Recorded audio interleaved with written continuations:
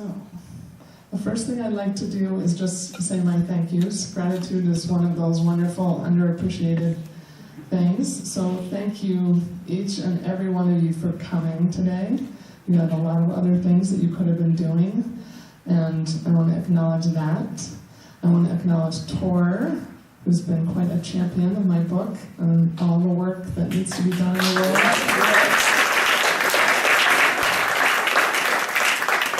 And I don't know if you know, yesterday was his birthday, and he told me he hasn't been sung to yet, and one of the best things you can do in a group to get to know each other and bond is to sing. So, let's see, let's start here. Happy birthday to you. Happy birthday to you. Happy birthday, dear Tor. Happy birthday to you.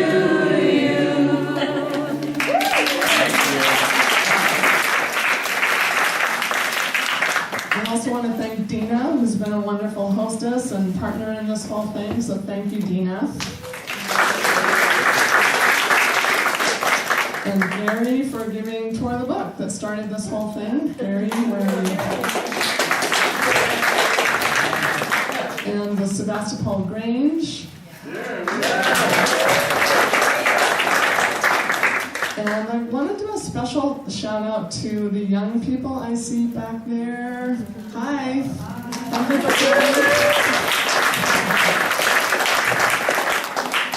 And one here too. Some young people here. Is that what you're pointing to, Gary? Yes. Young people everywhere. Okay.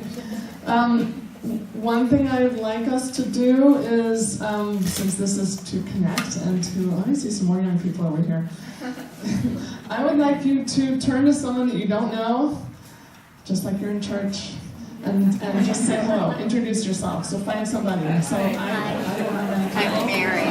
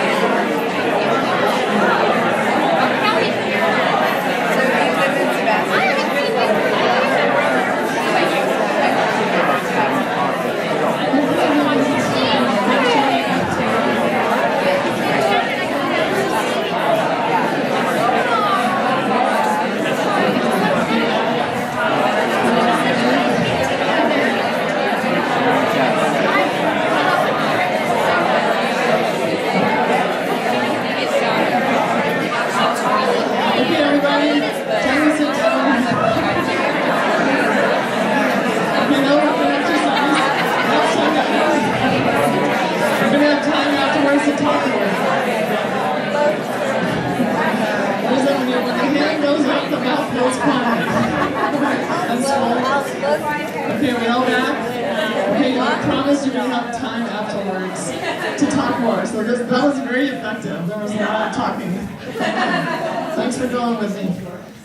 Okay, so here's what we're going to do in the amount of time that I have, just so you know what to expect, because I'm going to move kind of fast. So I'm going to tell my story and why me here. Show you some pretty fun artistic highlights about art and protest, so you're going to see that. Where we are now, the good news, the bad news. Actually, the bad news first. The important prescription for the planet, and then the ideas that I promised you, and then I have shoehorned in today an extra special section for my new talk on how to help amplify youth voices. Yeah. Okay, so who am I? Oh, let's see. Who am I? Okay, so I've been a social justice activist since I was a teenager. That's me at the anti-apartheid protest a long time ago. It was really cold. It was December, I believe, and there was a 10-day protest to shut down Columbia University's administration building until they divested from South Africa under apartheid. When I tell that to younger audiences, they don't know what apartheid was, a lot of them. I'm guessing most of you do since you're clapping. So the fossil fuel divestment campaign has been modeled on the anti-apartheid campaign of boycott. So that was fun to be part of. So, whoops, sorry, let's see, okay. I haven't done it this way before, so forgive me. So fast forward a few decades. And these are my children. So I moved to Oregon after being in New York doing protest and art. I worked in film, I did street music, I did the whole wonderful art and learned a lot about public protest using public spaces creatively. And I loved doing that, and then I thought, well, I'm gonna go out to music school in Oregon, so I did that, met my husband, and we were all about living green. That was during one of the Bush administrations. And one of us kind of gave up on the federal level, and so we worked on only the personal level, at least I did. And I learned everything there was to know about green parenting and was vegan, and we really rocked the green family living. But at the same time, I noticed as my kids were growing up, so they're 20 and 23 now. I'm a new empty nester as of 3 weeks ago. That things kept heating up. I know I'm not going to spend much time on this because if you're here, you already know a lot of the bad news, and that's mostly what we hear is the bad news, so we're going to fast forward through this. But this was very disorienting to me as a parent, the disconnect between what was happening in the world and the news, and then this fossil fuel frenzy that was going on. And you know what, I'm just gonna do this. I'm gonna see if it works. I'm gonna wing it, because it's too hard to have two computers. All right, so I was awake at night because there was this fossil fuel frenzy, this all of the above Obama strategy, which really meant fracking and more oil trains and tar sands, ripping up the middle of Canada. And it didn't make any sense given what else was going on, as we've all felt in the last 20 years. And for me, the real moment was when the Keystone Pipeline was being pushed through, and James Hansen, the top dog at NASA, said it would be game over for the planet. And that just, as a mother, it just killed me. I mean, it was just heartbreaking to think of, what do I do all day long? Making lunches and making sure my kids are being kind to each other and doing their homework and brushing their teeth. Why do they need to brush their teeth? They're not going to have a planet. Who cares about cavities? Right? I mean, who cares about long-term heart disease or any of the other things that we do every day to make sure our kids are healthy and we're healthy, and we model that. So that was the disconnect that I finally came to this point of, lying awake at night all the time and thinking, well, how do I respond? What do I teach them? And how do I prepare them for the world? And I decided, well, I'll tell you what I decided in a minute. At the same time that all of this was going on, I felt this sort of third disconnect, which is, what are we being told every Earth Day? Recycle, change your light bulbs, turn down your thermostats, hang your laundry, don't forget your cloth bag, and bike. And it felt to me like we needed to start talking about the fact that the Koch brothers were buying politicians their seats in Congress. And we needed to be talking about how at the federal level, when you have a president who's a climate denier, then you have the ability to roll back every environmental protection that's been in place for the last 40 years. So that's what I felt was missing, was in my day-to-day conversations and in the overall, this is about 12 years ago, and I really started to be a mama bear about this. We had to do political change. So that's in 2007. I talked to Bill McKibben and said, I can't do it all. I can't hang laundry and garden and recycle and do anything political. So which one is it? and he said, get political, we need to shrink industry's footprint. Your footprint is minuscule by comparison. So I said, okay. So I started writing. And yes, it's important what we do. It's important to model living sustainably. It's important to, it just feels better. It's healthier in countless ways. But we really do need to shift. Most of us need to shift off of the light bulb change and onto system change. So what we did starting about 10 years ago was we started to go to protests.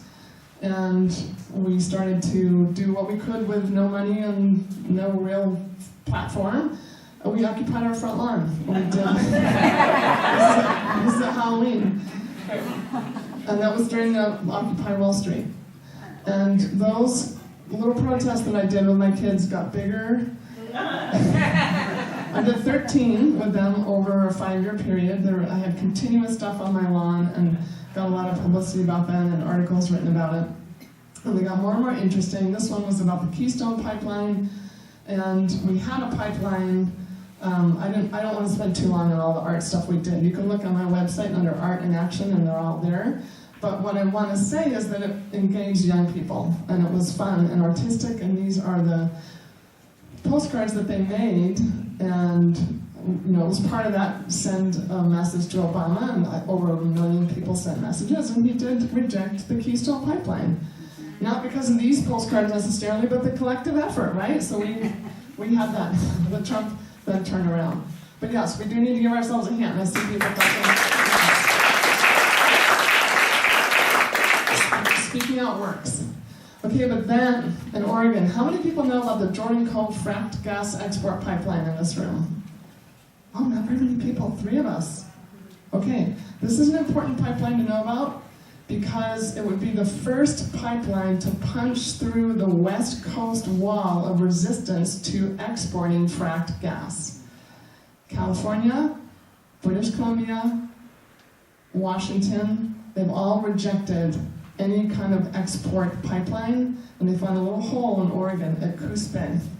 Now, I can't have the whole map, but this pipeline route, so there's already a pipeline down here, and it goes around all these states that said no. And then it goes to Oregon, goes to my town, my state. And right now it's proposed to go out Coos Bay and start sending fracked gas from the Rockies all the way to Asia.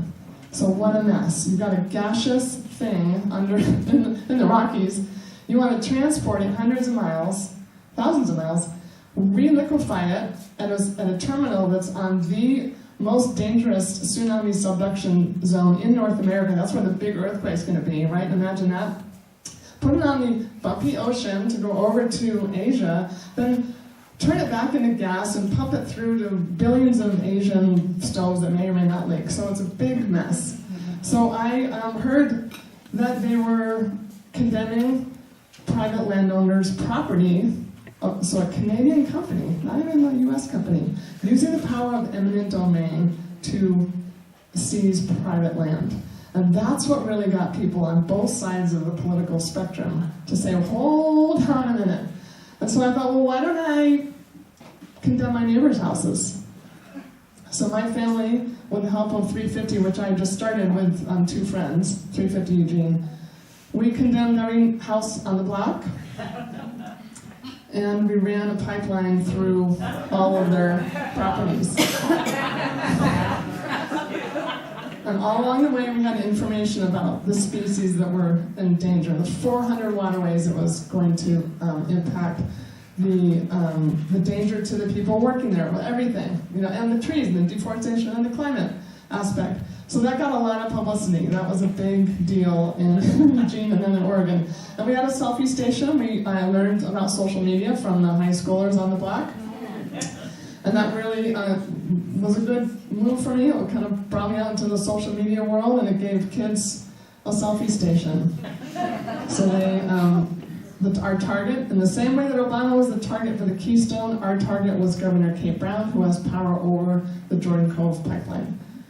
And the impact of this was that what I really learned was that kids love something out of the box like this. Every single kid was involved on our neighborhood. There were 50 people, and I got to know all the neighbors and all the students living in their backyard studios. Every single kid on the block had a role, probably 20 kids, from preschool to college.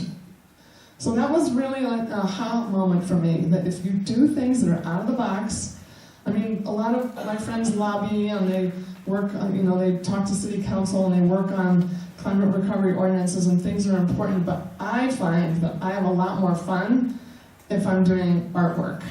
And so this had a huge impact because it was kind of desperate out of the box. And it got front page coverage for the first time. Nobody had ever even talked about this pipeline in mainstream media. And within 24 hours of the newspaper hearing about this, it was on the front page with a photo. And then almost overnight, within 3 days, there was a statewide coalition. It was on the radio for 6 days of the installation. And boom, all of a sudden there was a fight. There was a much bigger fight. So that was a huge impact. And we defeated it twice. Now it's back up on the Trump.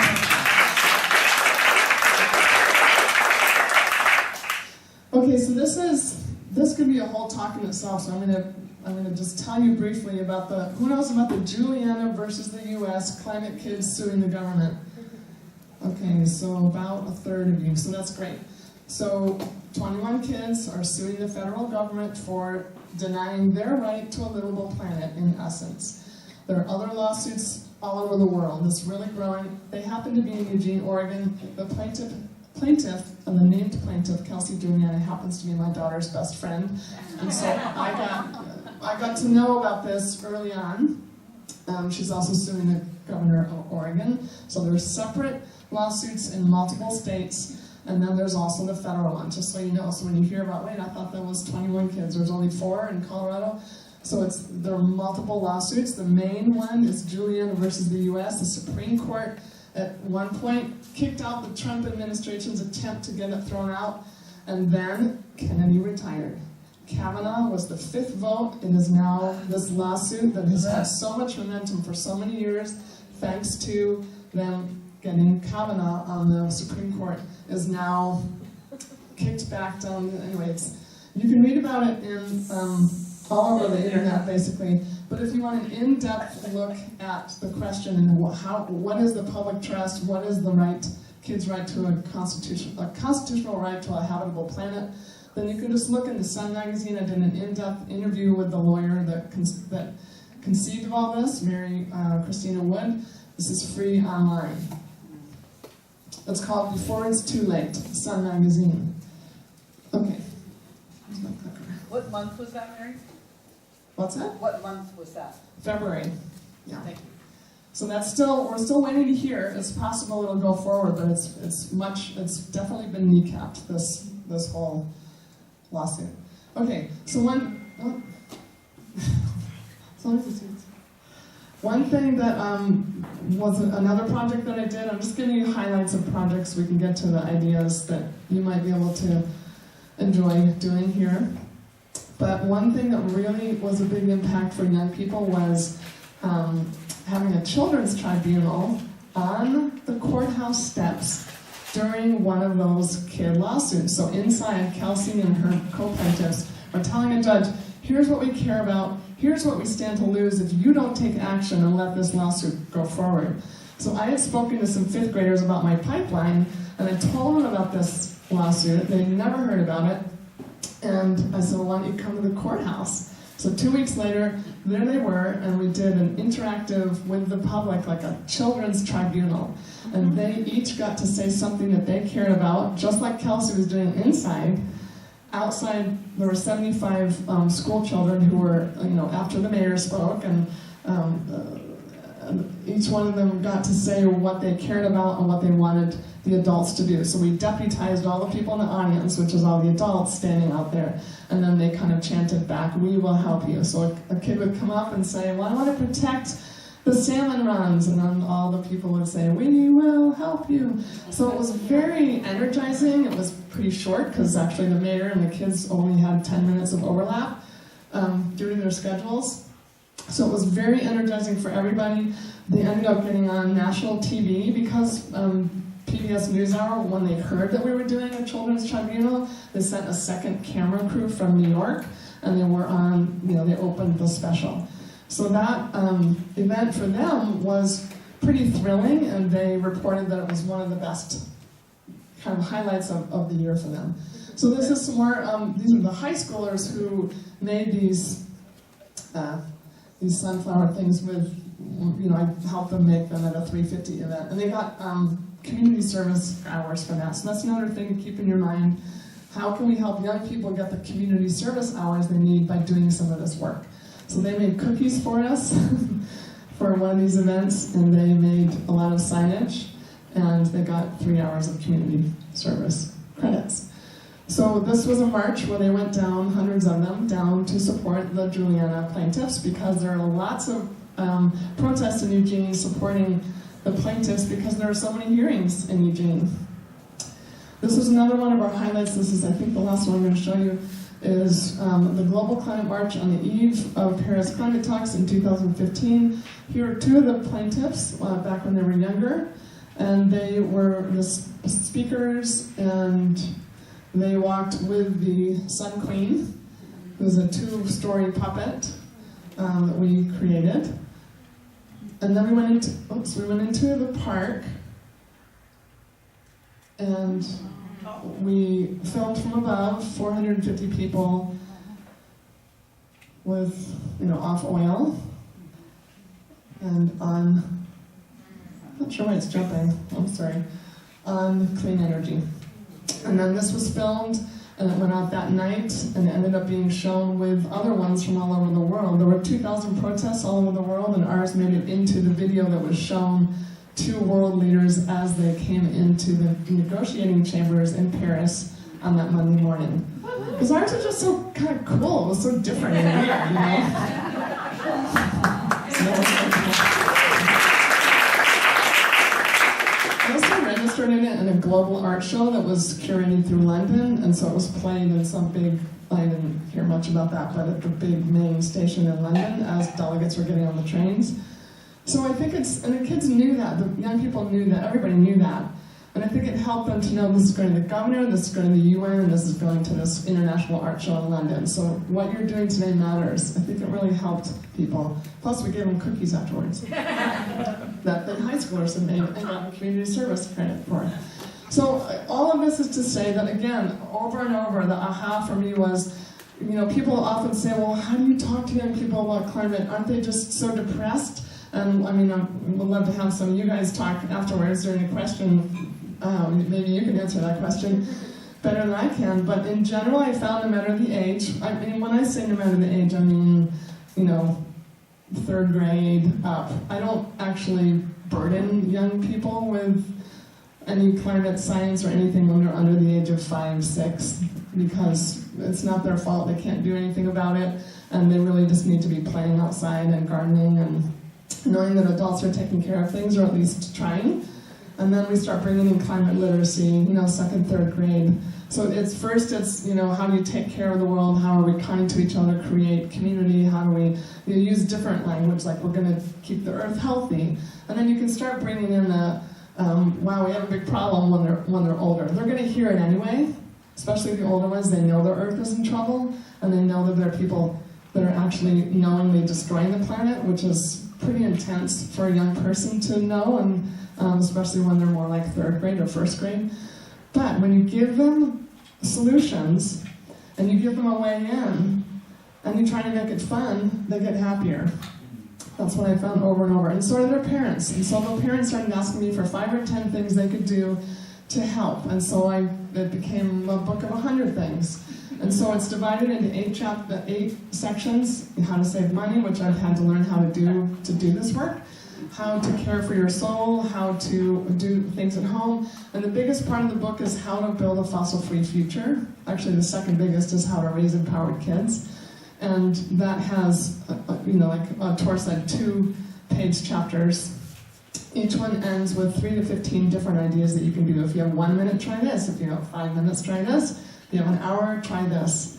And it goes, well, more like 5 hours, some of them. So it goes, there are different ways in. If you have a certain amount of money, a certain amount of time, if you're an introvert, if you're an extrovert. So a lot of, just different ways. So that you can find, think of it as a buffet, and you can fill your plate with what you want to do, and don't think of it as a menu or a to-do list. Just think of it as an invitation. Okay, so what is climate revolution?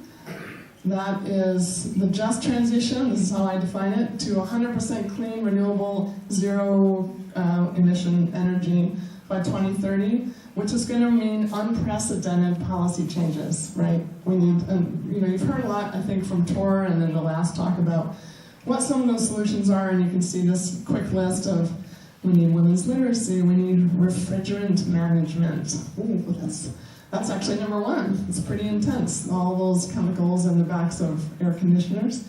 We need battery storage, we need no-till farming, we need all kinds of literacy at every level. And we need incentivizing by the government. So in short, we need big government, unfortunately, we need big government programs. We need programs because it has to happen so quickly. And that's why people are proposing the Green New Deal, which kind of does it all in one set of programs. So how is our climate revolution going? You've heard about the UN report, right, last year, that we have 11 years, and that's that's kind of an optimistic scenario because it doesn't take into account the methane, the permafrost melting up in. So this is the depressing part, I'll make it super fast. Okay, so we've got negative feedback loops, we've got wildfires, whoops, this is really jumpy, okay. Then there was another report about insects and how we're losing half of them, and our pollinators, largely because of pesticide use. And then we've got the oceans report that came, why is it double jump? The oceans report that told us how the acidification was getting worse, and the coral reefs are dying, and there's going to be more plastic than fish soon in the oceans if we don't turn things around quickly. And that we can turn things around is kind of buried on page 27 in one sentence, very mildly. They're trying to be very apolitical. But that's my job, is to say we can highlight that we can turn things around and talk about ways to be political. Okay, so more bad news. We know the storms are getting worse. We know that Trump is rolling back everything. The Trump effect really has had an impact on the global resolve after the Paris climate. Why should people do anything if the US, the biggest hog in the barn, is not doing anything? And emissions rose for the first time in 3 years under Trump. The Supreme Court is being stacked with friends of the fossil fuel industry. And we just had an executive order in April with a new policy of energy dominance. Doesn't that sound pretty patriarchal? Rolling back protections, you've heard it, it's in the news every week. There's some new hallowed statutory law that's being rolled back.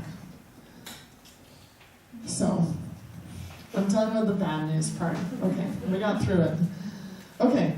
So this is an important piece of good news. I want to say that James Hansen is not on the book because he endorsed it after the book was printed, but he really supported the book after I told him about it last spring. So just a little caveat if you don't see his name there and you're wondering why. So James Hansen is someone who I met because he's a plaintiff on the Juliana case. He's one of the 21 plaintiffs. And he represents all future generations of children on Earth, which is pretty cool. And his granddaughter is a plaintiff. She was in one of the pictures, the girl with the blonde hair in front of the courthouse. So he's really taken on activism, but the important thing to know is that he's written a prescription. He and 17 other scientists wrote a prescription that is being used in the Juliana case to say, well, what's going to make the planet better? And he said these things. / emissions, he had a different way of saying it. He said it in 2011, now it's 10% yearly, starting now. This was back then. So the percentage that has to be cut rises every year that we don't do those cuts. So the longer we wait, the more work we're leaving for the younger people.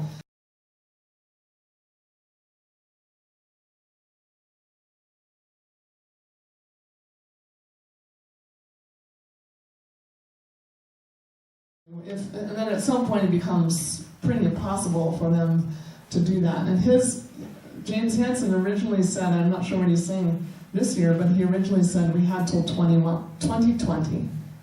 So that's a few months from now to really be on the road to slashing our global emissions. The next thing is to plant 1 trillion trees, which also implies protecting forests, and change agriculture to sequester carbon. That's the major thing, is to switch to no-till farming. The good news is that climate recovery is good for all of us. It's good for our health, it's good for our cities and the livability. There are countless benefits to living in harmony with the earth for everybody, and also for our democracies, because then we're not beholden to oil industries who capture all. At this point, they're working on the third branch of government. They've got the White House, they've got the Congress with its deniers, most of the Congress, and now they're working on the Supreme Court to get more climate deniers in there. So it's good for democracy when you don't have to have oil industries and you can have local resilience. Okay. Yeah, so better for our health.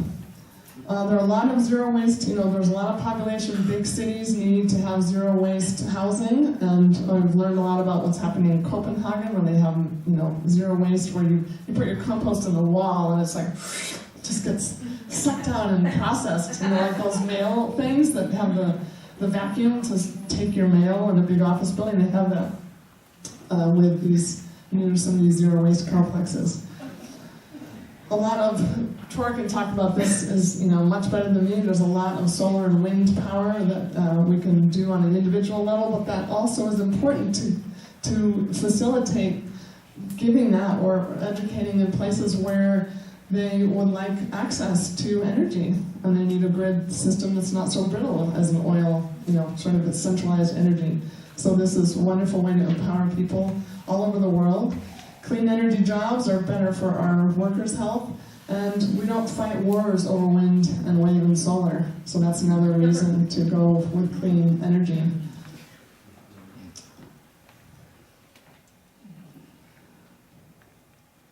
The prices are going down. The wind potential in just 3 states, Texas, Kansas, North Dakota, can meet the U.S. energy needs from coast to coast. That's pretty powerful. When people say, oh, I can't do that. Well, apparently you can. And one of the things that's helping are the batteries that are improving. And this is these are molten salt tanks. They collect the sun heat during the day and then they radiate it out at night when the sun's not shining. One thing that's good for people to know is that lots of places are building a lot of solar farms really fast, and wind farms. And it's good to know. It's kind of fun to know that they're building them in the shape of pandas and reindeer, right? The campaign to divest now has reached $12 trillion. Some major institutions, including the International Monetary Fund, have divested. That's important to just cheer that on, because that wouldn't have happened a decade ago. 1.5 degrees is the new thing that people are coalescing around, although James Hansen now says it's closer to 1 degree. We've already got 0.8 in the pipeline, so we're in an emergency, for sure. But it's important to notice the efforts that activists made moved the target from 2 degrees down to 1.5, and there's a chapter about that in my book, about how that happened. Nobody thought it was politically feasible to talk about 1.5, even though that's what the science was saying. They went into the Paris climate talks saying 2 degrees, so how did that happen? So you have to get the book to get the story. The restoration efforts, better than ever. Well, better than previously believed. So that's great places, so I guess I'll just read it. 25 to 30% of the U.S. greenhouse gas pollution can be removed, so drawn down, through enhanced management of forests, grasslands, agriculture, and coastal areas.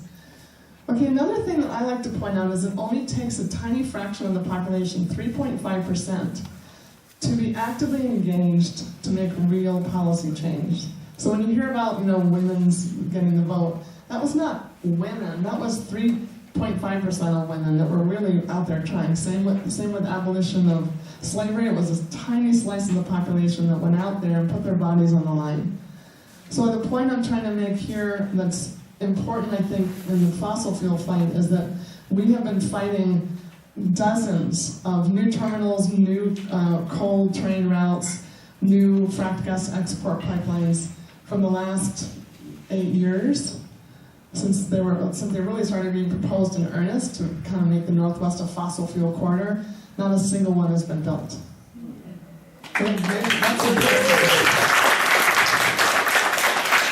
It's been called the thin green line where energy projects go to die. And that's because of fierce public resistance. More good news, you already know this, the Democrats took back the House in the midterms. Alexandria Ocasio-Cortez and Senator Markey introduced the Green New Deal, which now has, I believe, 104 senators signing on as co-sponsors. And Greta Thunberg came along. Hallelujah, Greta. She started out as a solo striker and now has gotten millions of students to join her. At that last protest in September, there were literally millions of people worldwide. And that has really given young people a lot of, at least the ones I know, a lot of energy to see how finally it's not such a disconnect. Like, why are you making us go to school to learn science if you're not even going to listen to the scientists? Now, it's important to note, again, a little plug for activism, the way that this got onto the map was because the young people in the Sunrise Movement took over Nancy Pelosi's office, and 158 of them got arrested for sitting in. That's what got the Sunrise Movement kind of onto the national stage, was by putting themselves at risk. That was day one of the new Congress, and that's because of Sunrise. Extinction Rebellion is doing the same thing on the global stage. They got their parliament to declare a climate emergency. That didn't happen without disrupting business as usual. And this is 100 mothers with babies sat in front of Google and got, I don't know how many got arrested, saying, stop giving a platform to climate deniers. And this is part of the protest in October. And let's look at what some of those efforts have done. So young people convinced 21 of the major presidential candidates to sign a no fossil fuel money pledge. That's significant. Democrats refused to do that in the last election until they had to look in the eye young people saying, you tell me why you are going to take money from people destroying the planet that I need to survive. You get young people in the room, they have the moral authority. That's why we're going to give them the mic later. Right now they're scrambling to, these candidates to come up with the best climate plan. Major networks didn't even talk about climate but for a few minutes last year, 7 hours a few weeks ago. Okay, so now I want us to just take a moment, now that I've kind of thrown a bunch of things at you, I want to I'm going to ask you to close your eyes for a minute and think about the sweep of humanity. So just close your eyes for a minute and think about your ancestors. And just think about how they had to escape bullets in wars, and they had to escape the plague, and they had to escape starvation, and they had to take care of themselves, and they had to take care of their children. And each one of them, each one of your ancestors survived long enough to pass on the line, and to pass on life to the next generation. And just to think backwards about your great-grandparents and your grandparents and your parents, and how everybody took care of you. Maybe not everybody all the time, but the adults in general made sure that you were okay enough to be here today. And I want you to think now about where we are in history, that we have this short time span where we're being asked to change everything about the way humans live on the planet, and to do it in a short span of time. And if we do that, we're going to be able to pass on life to our kids and our grandkids and their grandkids. And we're going to be able to say on our deathbeds, I did everything I could to take care of the next generation, to take care of life on Earth, to make sure that it goes on and that there's a safe place for my kids and my grandkids, or my niece or my nephew in the future, a place that they can call their own and that they can call home. So I want to just ask you to think about what role you imagine for yourself and why we're here on the planet. and to think about all of your ancestors that aren't just biological, but they're political, they're spiritual. Who is it that inspires you? Think about the people that work to get you the vote, to get you freed from some kind of bondage. Think about all the ways that people have helped each other through time for justice and for peace, and to come together in love and community, and how we can take that forward for the present and future generations. So thank you for going there with me. And we're just want to take a moment because there's so much coming at you. And now, I promised you easy ways to build a thriving future. So, one of the ways is to cut down on watching TV. And I have 2 chapters on that really surprised me about what the impact of watching graphic news is, and what the impact on your brain long term is of watching more than 2 hours of TV a day. So check that out. I think one important thing is to stop blaming ourselves as individuals. We've been so divided and conquered by the forces out there that want us to keep marching forward and that benefit from the status quo, which is that we're all consuming fossil fuels, we're all consuming as if there's no problem, and it's your fault if you are. And I think it's important to remember there's been a virulent disinformation campaign for the last 20 years by the fossil fuel industry. Longer than that. That's true. Yeah, they knew about this in the 60s. So I think it's important to remember there are some bad players in this thing. This is not just, humans were so addicted to consumption. This has been a deliberate lie that has been played out and has incredibly massive and devastating consequences for young people and for all of life on Earth. So stop judging yourself or your neighbor for bringing plastic to the potluck. Because you had to grab salad and the only thing they have are those big plastic clamshell ones that take forever to, if they even ever decompose. So yes, try not to buy those, but don't really sweat it as much as get political, because we have a very short amount of time to get out this, President Trump and start getting somebody in there who can actually make some policy that's going to make a difference. So don't get distracted about, maybe you take a little bit of a long shower. I don't really care. Here's what I care. 9.6 million gallons of water for every fracking well. That's big impact. Focus on stopping fracking. There are thousands of fracking wells in Colorado now, and they're all leaking methane. So just keep your eye on the prize. The prize is science-based climate policy like a Green New Deal. Figure out who's blocking it in your community, figure out who's blocking it at the federal level. Let's start calling it climate chaos, climate emergency, climate crisis. Climate change is actually a term that was invented by Republican public relations marketers, because the climate's always been changing, right? Change is good, isn't it? So steer away from that. If you need to get better news than what you're getting, try Yale Climate Connections. They're wonderful, they're short, they have a lot of innovations, a lot of the solar stuff that's happening. You don't hear about in the mainstream press. Grist is very funny, that's the one I read every day. It comes with a beacon on top, that's the good news, and then 3 smiles, and sometimes I can't make it through this 3 smiles, I just read the good news. You can break up your bank. If it's Chase, Bank of America, Wells Fargo, or Citi, then they are the top 4 investors in new fossil fuel projects on the planet. Particularly evil is Chase, because they rushed in when other banks pulled away from the Dakota Access Pipeline and doubled down their investments. So boo hiss on Chase.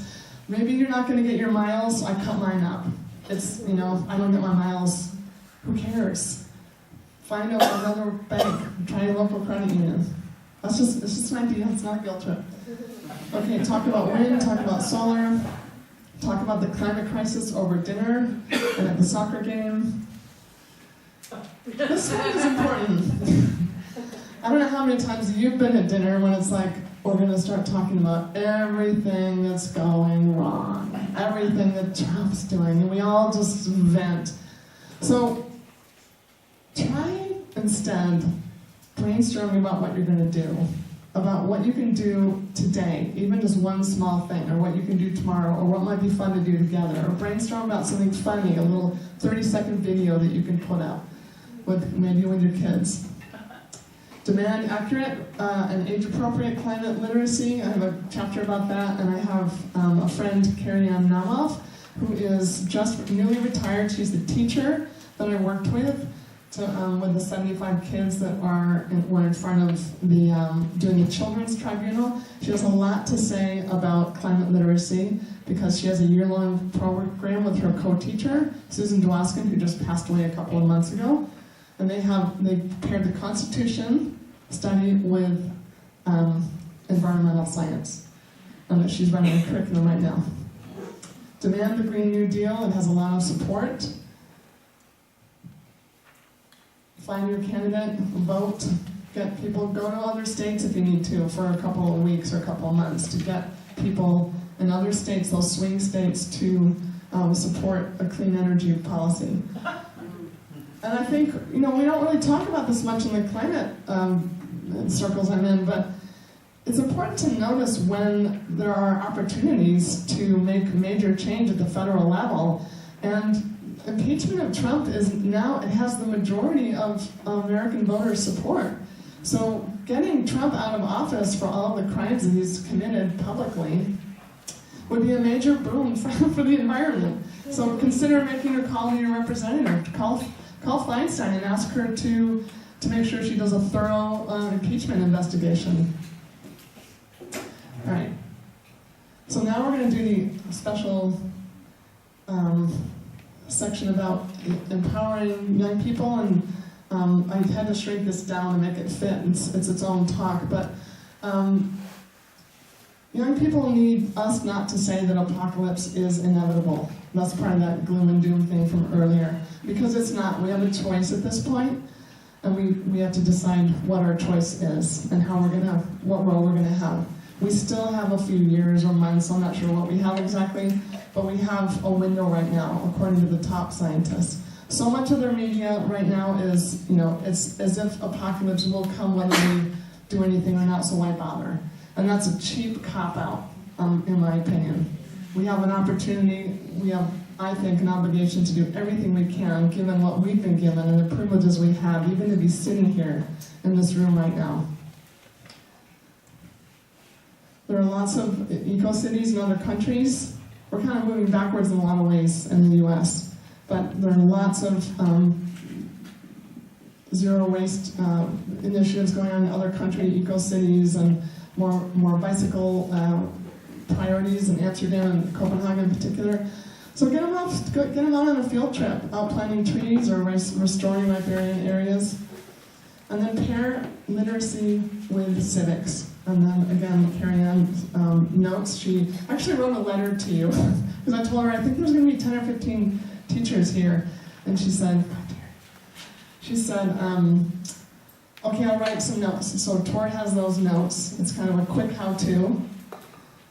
Introduce them to young people who are already making a difference and already out there leading. That would be Greta, Jamie Margolin of Zero Hour, Tascott Martinez of Earth Guardians, the Sunrise Movement, and the Juliana case. But more than that, let them meet the people at the table back there and ask what's going on at their own schools.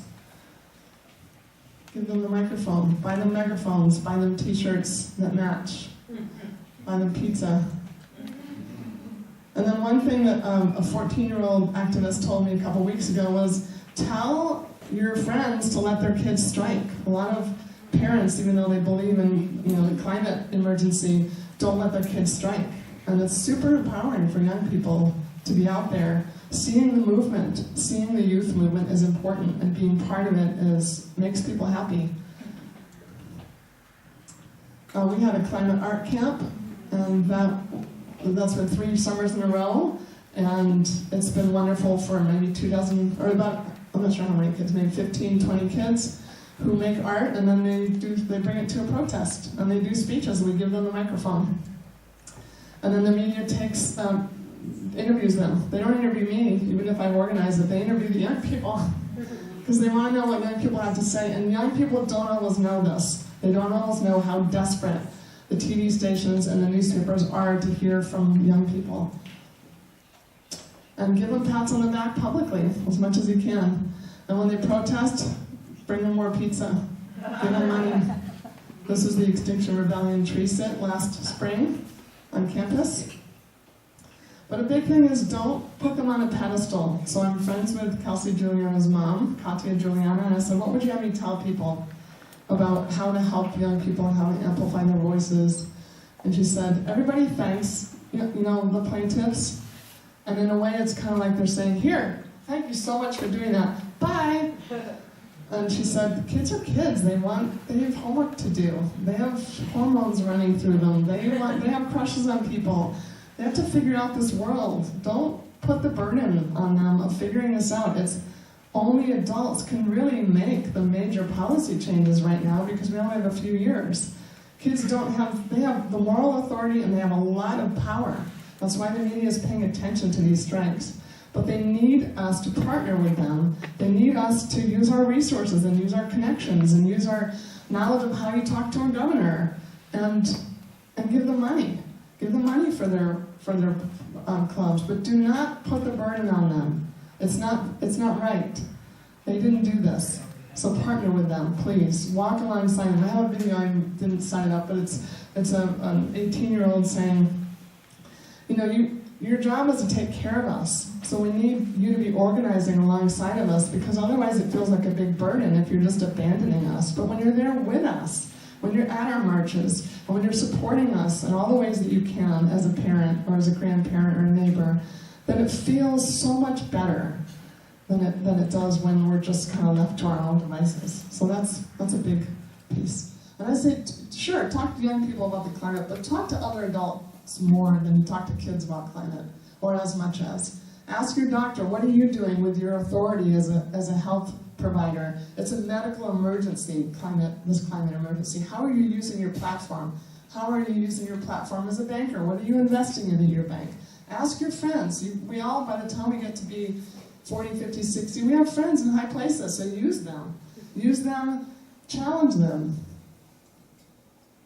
And this is our governor, who hasn't taken a position on the Jordan Cove pipeline, and she's getting a lot of flack for it from young people, as she should.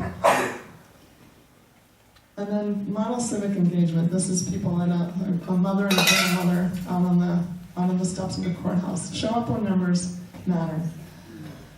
And remember that you don't have to do this alone. You do it, you can just put your shoulder to existing efforts. Start small. And remember that activism works. Because Greta Thunberg is one little person she has a book out called No One Is Too Small to Make a Difference. That's her speeches. They're really inspiring. I just got it. Started reading it last night. So that's a good one to hand to young people or read yourself. And I think that's what I have to say. I wanted now to invite you to take maybe 3 minutes before we do questions to partner with a person next to you.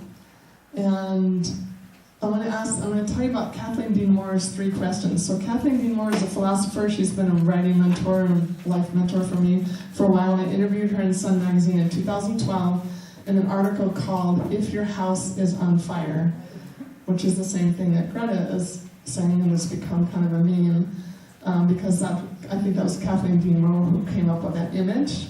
And this is a really powerful discussion of the moral urgency of the climate crisis. It's free online. It's called If Your House is on Fire. And she has 3 questions that are in my book towards the end that I want to just use as a framing. When you think about what can I do, number 1, what can only I do? So I personally, for example, I'm a musician and an artist. I don't think it makes sense for me to spend a lot of hours trying to pass policy and sit. It's just, I would go crazy. I'd be not very pleasant to be with. So what can only I do? I'll use the arts. So what can only you do? What do you think will make a difference? And what will bring you joy? And that one is a really fun one to play with. So maybe just for a minute and a half or so, turn to a person next to you, and my thought would be, don't converse. One person talks. just for a minute,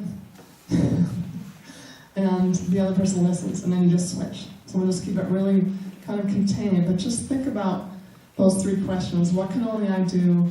What do I think will be effective, and what will bring me joy? And just share that with the person next to you, and then I'll tell you to switch in a minute. Think about that going forward.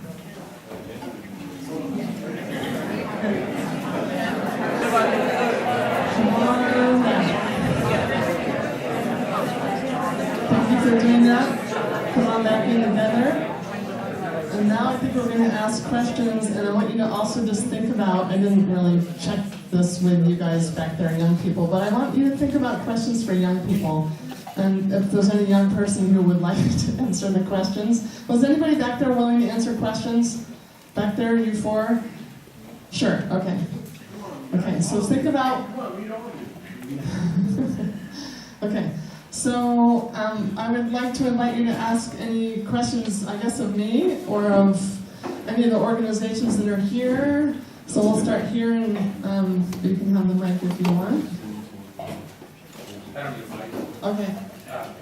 You mentioned, you had a slide on concentrated solar power, the molten salt. Do you know of any plant in California that uses molten salt technology? I would have to kind of check my notes, to be honest, because I didn't look at that, but I thought that they're using them in LA. Yeah, but I could find out for you, because I know I did a ton of research on it for one of the chapters on solar. So I'd have to kind of look in the, to get specifics for you, but it's in the end notes. There's 35 pages of research and notes, and one of them will be on that chapter. Okay. So yeah. I'll just add that it's probably the Ivanpah solar powered central out near Las Vegas. There's a field of mirrors that focuses on the power. They use molten salt Las to store it. Vegas? Yeah. And is that serving a local city? The grid It just dumps it feeds into the grid, Southern California grid.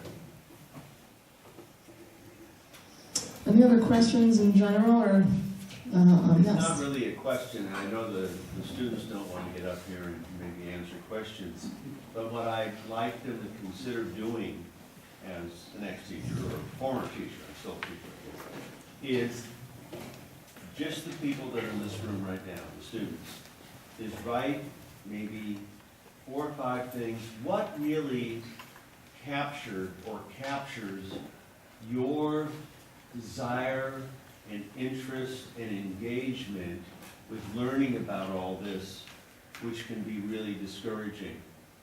So they don't have to answer it right now, but... Anybody want to answer it right now? I got a microphone, and there's a lot of young people here. Anybody want to just respond to that? I'm coming your way.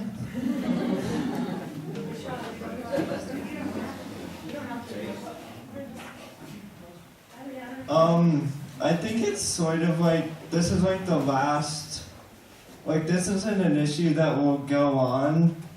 This is, it's limited time. Like there's not another generation that can come and fix it. It's just, I mean, we have 11 years now. So. What's your name? Drew. Okay, thank you, Drew. Anybody else? Yes. Yeah, so I'm excited to read your book as like a parent of 2 kids who are 6 and 10, and they're sort of a little young for initiating their own action, but and I know there's lots of other parents, friends that I have who are also care about this and like want to do stuff, but everybody's in the very busy stage, and I'm just wondering if you have any maybe advice from your own experience of how you sort of brought people together to take some of these actions, especially in that stage of life, and I'm just interested. That's a good question. The parent busyness thing, I think, is partly why I wrote the book, because I'll get back up here so you don't have to crane your necks.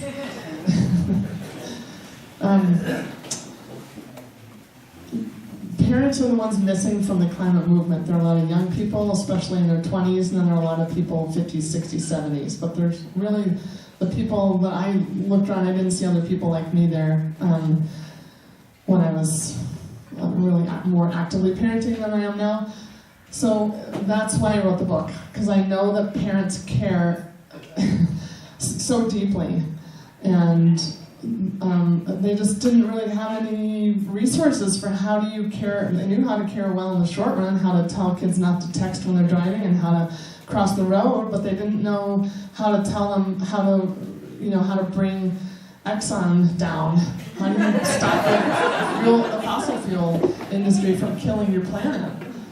From destroying all the natural systems that our kids' lives depend on. So how did I do it? I didn't really have that many parents, in their 30s or 40s, actively doing things day to day, but they would show up for things. So we would do a protest, and all the parents would come with the little kids because they can run around. Little kids can run around and make noise at protests, and it's nobody's shushing them like they might be during something like this, right? So I try to design things that would allow parents of younger children who are so busy they can't have a central role unless it's their job in the climate movement, really, for the most part. Most of what they do is at home. It is recycling. It is rescuing worms from puddles. It is walking and bringing cookies to the neighbors, with some things, some apples in them that you grew yourself. Those are the kind of things that we did when the kids were young. So engaging parents was more when the parents were older, when the kids were older. Once the kids get into high school, there's usually a little more slack. It's harder when your kids are 6 and 10. It's hard, it's busy, and I just honor you for even being here today. So bravo to you, a hand for you.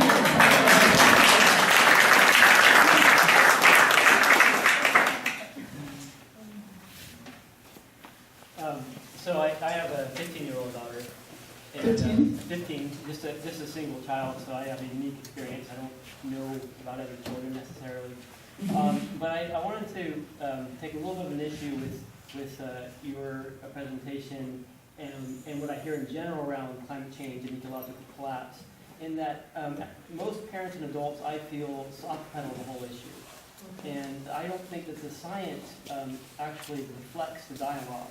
So Greta Thunberg is one of the few voices who's clear on this, and she does not soft pedal. Right. With my daughter, from a very early age, I laid it out very clearly and as honestly as I could. I never held things back from her. Prior to 6 years old, she had other things she was doing.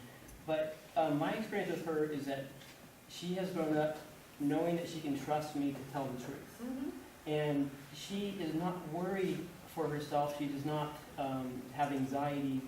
And the main reason that I think she doesn't have anxiety is because she sees that I am not anxious over the issues. In other words, I think the message for me as a parent is to let her know that we can handle it. Human beings can deal with hardship. What we can deal with hardship. We can't deal with social isolation or social breakdown. And so the main thing that I feel I have to teach her is that she can handle whatever comes along, and what we have to work for is social cohesion. That's the most dangerous thing that we're facing, is social breakdown. And that's coming probably very rapidly. That's already here. Right? I mean, we've got people that are desperate who are living in no man's land in refugee camps from Syria. We have people. Yeah, I appreciate that. And it sounds like you're a really conscientious dad, and I think it's important to each person to do the parenting style that fits for them. We took our kids to protests, and we were pretty honest about it, and I think every family has to speak to their young people according to their philosophies and values. We were actually in the Waldorf community. My husband was a Waldorf teacher, and they very much believed there, and I think it worked for my kids, to shelter children, and they think of it kind of as a, you peel off the layers as they get older and you expose them to more and more of the world. And so that's what we did. We protected them. They didn't watch a movie until they were 7, and not in the theater until they were 9. We just didn't. We just played board games and read books. And it was easier to do back then than it is to do now. But that was our philosophy, was to protect them. We've got this. And even if it wasn't totally true, well, it wouldn't be true now. It was truer then. We felt like we've got this. You can rest. developmentally, kids need to just feel safe in the world and know that they can trust you, so I think that's a really great point about trusting. And I do agree with you that there's a huge disconnect between what we're telling kids, particularly in school, and what we're telling around the dining room table. Hold on a second. And I think the key is to get accurate information and then ask them what they think. Get the dialogue going. There's more and more information out there. Greta Thunberg certainly has blown things wide open and created a wonderful new way for us to talk about it in a really honest way. But it has to be paired with empowerment. When we talk to young people, especially if they're younger, but even teenagers, it's a hard world now. Their social media world is tricky. I didn't have to deal with that. The world, it's so expensive to go to college. I mean, we just went through it. My son suffered pretty badly through that process of trying to be good enough to be somewhere that then he can't afford. So there's a lot of pressure on young people. There's shooters. That wasn't a thing when I was growing up. Like, just to have compassion for young people and not to burden them. So when we talk about it, I believe it has to be paired with empowerment and with civics. And there's a movement right now, so it's easy. It's easier than it was 2 years ago, because you can say, you know what, if you feel passionately about this, join the groups that are there in the corner, and they're doing stuff, so help them, and you're going to make new friends in the process.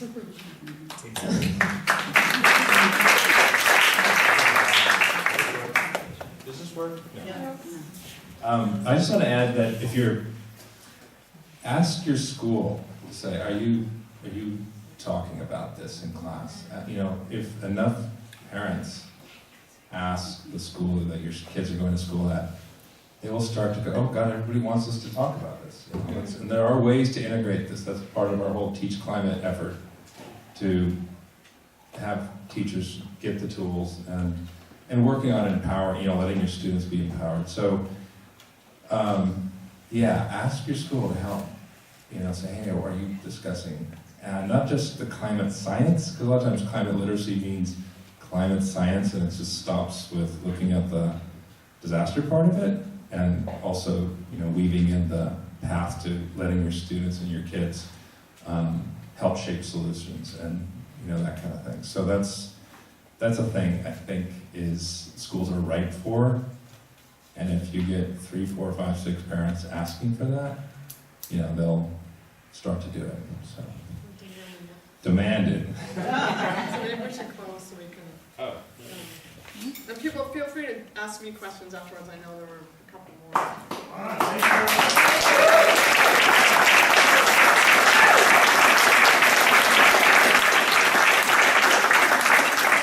So, what we're going to do now is we'll have more books, copies for sale, and you can have Mary sign your copy if you like. Also, if you want to buy a few more to start an own book club, feel free to do that. Meet and chat with some of the groups back there. What else? Did we give you those little pieces of paper? Oh, the little pieces of paper with notes of resources. Connor's collecting those back there. He's going to put them all into a common document we'll share out. Yeah, that's so like if you have a resource you wanted to share with the group, that's what that was for. Okay. I'm also, we recorded this video, and so I'll be posting that along with, so I know there's a lot of great information there, and I know that I was recording it, so I can go back and look and peel out some of that information that Mary shared with us. So I'll share you that link once I post it. So thanks everyone. Yeah. I would say social cohesion here at the Grange. Help putting away the chairs and cleaning up after the bed. It will build social cohesion and help further all of our goals, and I invite you to join me. Yes. Oh, before we break, Gary. We're not putting away the chairs. Oh, we're not putting away the chairs. We're going to be cleaning them tomorrow. Yeah, we're going to do a cleaning. Okay. We need the chairs. Before we break, I just want to ask, how many of you are teachers currently in a school? So if you want to group up and share a little bit, feel free to create a space for that. We'll create a space. where will that space be? We had just right in this front here, but also just to share a little bit about, if you didn't come to the last Teach Climate thing, if you want to share a little bit about that, then we can chat a little bit just for the next half hour. So, all right, thanks again. Thank you.